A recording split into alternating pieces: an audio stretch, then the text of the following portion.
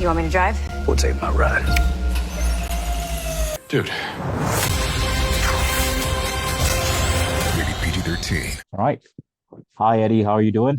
Good. How you doing? No bad, no bad. Really thank you for your time. Appreciate it. Thank you for wearing that T-shirt. Yeah, well, I have several. My friends kind of liken me to Johnny Bravo because I have several Superman t-shirts. I've been a Superman fan since the age of 4. So yeah. Oh wow, that's beautiful, Johnny Bravo. Because you got jacked up here and you got the chicken legs, Johnny Bravo. Chicken legs, no. I'm sorry, I kind of broke that tradition there. But Johnny Bravo mostly had the size, and then just like when you open my wardrobe, it's just Superman t-shirt, blue, blue, blue, white. Yeah, pretty much. And let me just jump straight into it. I think first time I watched you was in Startup. The TV show. I don't know if you remember it some time back. And then when the camera introduced you, it was really cool because it really brought out your physique. It was very menacing.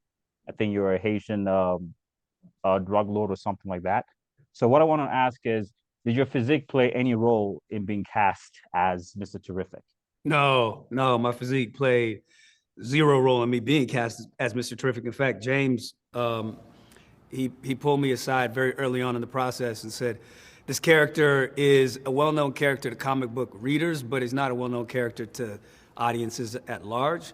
So people don't really know this character. They don't have expectations.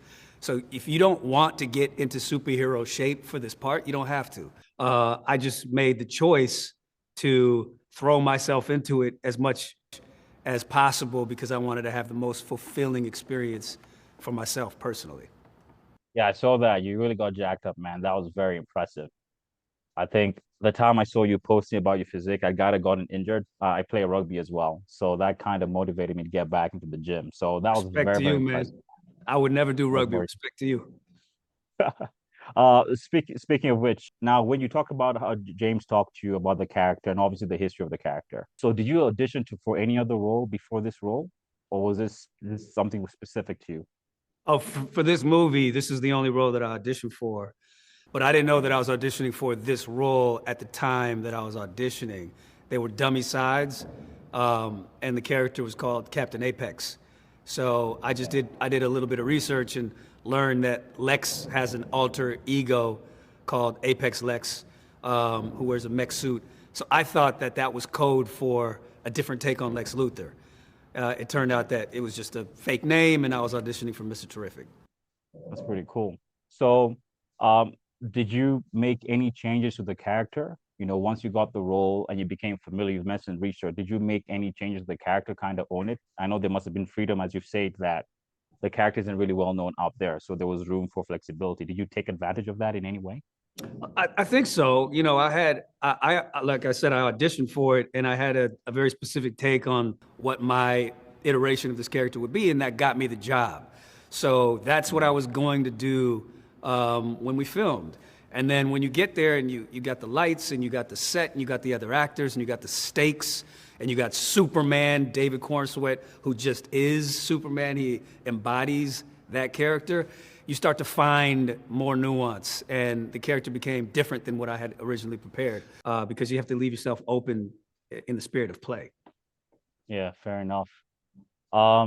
What inspired you? Because you mentioned research. Like, did you have to go deep into the Superman lore, or what did you put piece and pieces together here, maybe from Superman lore and maybe from something else outside or within any fictional universe you're familiar with? Well, when you talk about inspiration, I think that's multi-pronged. I mean, there's tons of comic books that showcase Mr. Terrific, and he has his own comic series called The Terrifics. He leads a team of superheroes, kind of like the Fantastic Four. Yeah, But and in that as terms of well, yeah. in terms of my inspiration for the character, honestly, with Shakespeare, there's a play called Twelfth Night, and there's a character in that play called Malvolio who has he's a butler who thinks he's above everybody else. He has a sort of egocentric impatience. And I thought that would be really interesting to have that type of character as a superhero. So I did that for my audition, and it seemed to work. All right. Thank you, Eddie. I've just got a notification. That was the last question. So I thank you for your time, man, and all the best.